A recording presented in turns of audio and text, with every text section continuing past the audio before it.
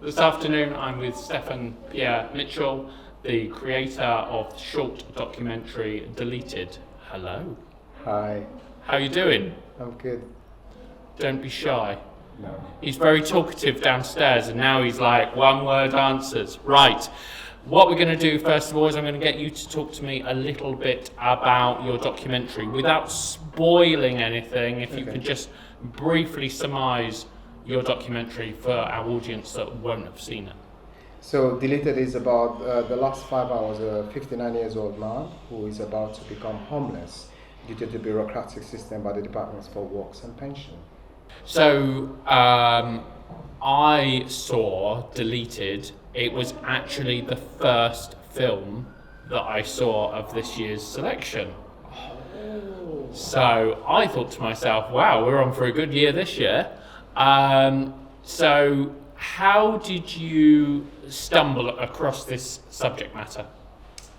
Well, it's been a matter that's always been at the back of my mind, and it's not just homelessness. I think social issues is from mental health, gender, all of those things that we struggle in our society.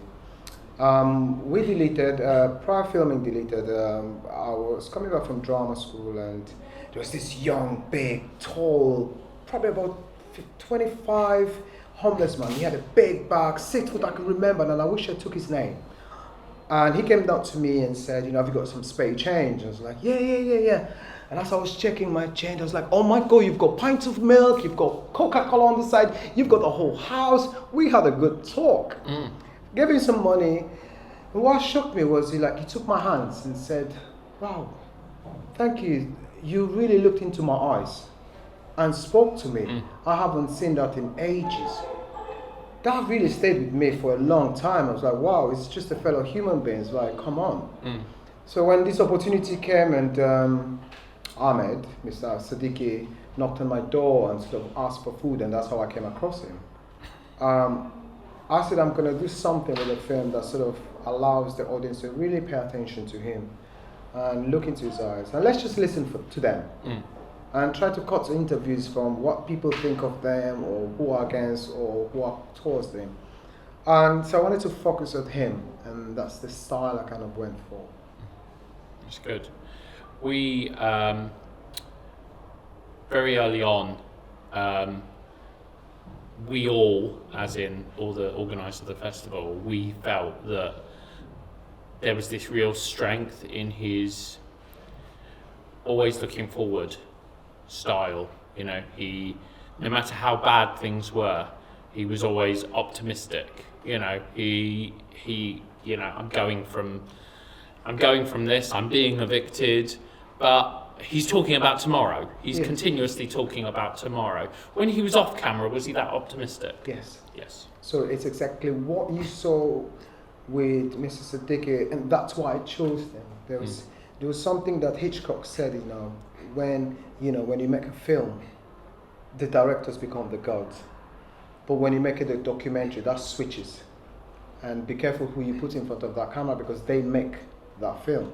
So for me, Mr Sadiqi had this looks about him, very photogenic, and there was something, and that energy, even though he was telling me that he's going to be evicted when I first heard about it, it's like, I'll be all right, you know what I mean? I'm going to look for work during daytime and sleep roughly at night. I'm going to get through this, this is who I am. And, it's very Bahamian, as I call him, and he was very optimistic. And that's why I was like, oh, can I document you? Can I, try and document you? And, he thought for a while and he said yes.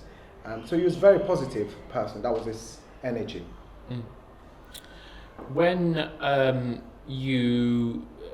I'm not ruining the story too much, but you kind of, as the filmmaker, you almost part company with him, probably towards the third quarter of the film.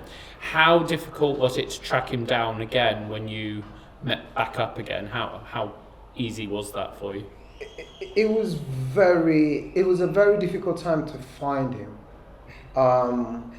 Then the times I found him, then I didn't have the camera, and It was just by communication. He had my phone number written on a piece of paper. Sometimes he had these like really kind of early 2000 phones, very tiny, that you can only send a text. And so that's how I will hear whenever he calls me. Yeah. And sometimes I would track him in Leicester Square, where he used to hang out around, and I'll wait there. And so it was a difficult throughout the whole year trying to find him. Because he's always moving. He's always moving up and down the country, up and down the city. It was challenging for me, should I say. When I get the equipment, then this. But because I'm not just a documentary filmmaker, and depending on DOPs, of course, then if I had my cameras, I'll be just chasing him. Where are you? Let's roll it. But I want it still organic, so it doesn't. I don't force him with my camera and my tools, and still supporting morally at the same time. It was a challenge for me, I have to say. I did quite, I wouldn't say enjoy, that's not the right word, but that particular moment that he says, I've got to look my best. I still, I need to look, smart and presentable at all times. That way I'm able to go into the hippodrome and have a wash. And I think that's so many things that people forget when they find themselves like in a fall from grace. A lot of people literally just fall apart. How do you think you would cope in those situations? And do you think that being involved, if this same scenario happened to you, being involved with him, do you think it would have had a positive effect on you? I don't know how I would feel, but I think I have his strength. I don't talk about my childhood a lot. And I have been in situations like that. Okay. From foster homes, run away from home, slept roughly on the streets between the age of 11 and 12. And I found a sense of freedom, actually. So when I saw what happened to Ahmed, it did connect with me. I'm quite brave sort of person. I might put up the face of bravery, but my heart be shaking. Yep. And so I know, and I recognize that with Mr Sadiqi, even though he has this bravery, he's still human at the same time. But it comes with so many other issues: mental health, rejections, family.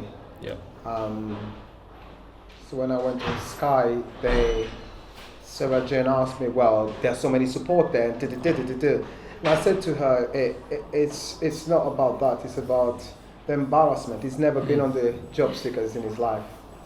And the fact that, from a culture like the Indian background culture where the men are the head, it's kind of an embarrassment for him. Yeah. And I think we need to look at cultural background as well. And so he felt like, I can get this, I can prove to my ex-wife that I can get on my feet. Moving on to something slightly more upbeat, how has the film been received so far, and what are your next plans with the film? The film journey has been incredible for me, I think, especially audience. The audience seems to really take it in very well. It's been up and down the country. We're off to South Africa next month. And to know that sort of with that international documentary, there's incredible awards, nominations, and I didn't expect this when I started it at all, because as a filmmaker you're so critic with yourself, and you could have done this and could have done that, and so it's been incredible. We're going to officially release it on the 31st of October, and so we have deals with Amazon, iTunes, and other platforms. And what I've decided with my marketing team is we teamed up with the Evening Standard newspaper Homeless Fund, and so we will make the film as cheap as possible, even if it's £1 just. Yep. And that will be able, anyone, as soon as you pay that £1, it goes straight to the Evening Standard Homeless Fund. It's good. And because we see in the scene, even it's the last moment, he's still sharing. And I think Mr Sadiqi would have loved to see this, that his words are now originating something and giving back. So the whole proceed goes towards that. And that will have a lot of coverage with that to be able to encourage people to see it, and you're donating to do that. And that's what this film is going to do next. Okay. And what about you next? Oh, next one, I'm going wild. Okay, go on. Talk to us. So next one, I don't want to give the name, and I like to make films from events that I can tap into. So, you know, it talks about looking at how men deal with rejection from love. And we deal different way. Sometimes we're comic, sometimes we put up a face, sometimes we're like, oh, this girl, you know, she left me, but you know, I don't care, but you probably do, and you're crying your heart off. Yep. And you know, like other things, like, but it hurts so bad. And so this film explores about two people who met on Tinder. Now they knew they met on Tinder, and it was a one-night stand, but oh gosh, she got pregnant. 5 years down the line, he has to meet her every Tuesday to look after their son, but he's just falling and falling and falling and falling more and more of this girl. But they both separately go on a different way and settle for a plastic friend. Okay. I think we'll leave that one there. Anything else that you're thinking about moving forward? And so, I'm sort of like now, it's sort of like, you know, you get that BFI mentoring now. Yes. And so I'm working towards that, you know, making my 3 to 4 short, and then of course apply for the lottery funding and do your feature films, and that's where I'm heading. So I'm going to stop by next year. I'm already thinking on the third one as well. An incredible cinematographer who sold Deleted in Edinburgh, and he's got 5 Academy Awards and be chasing me to work with him. So we're working on the third. Excellent. So I already finished this one, so I'm sort of already putting the ideas on the meeting up at the end of this month, and so have that bodies of work. Yes. And so I take a 2 years break to really work on the feature, because with creativity you do not rush. It took me this short film a year to make. That one I've written. So many drafts. You've got to. Yeah. And I'm not a writer, but what I do with films, what I try to show it but don't tell it. So I'm exploring that actioning, awkwardness, soundscapes, fonts, cutlery. So it's a lot of visual work.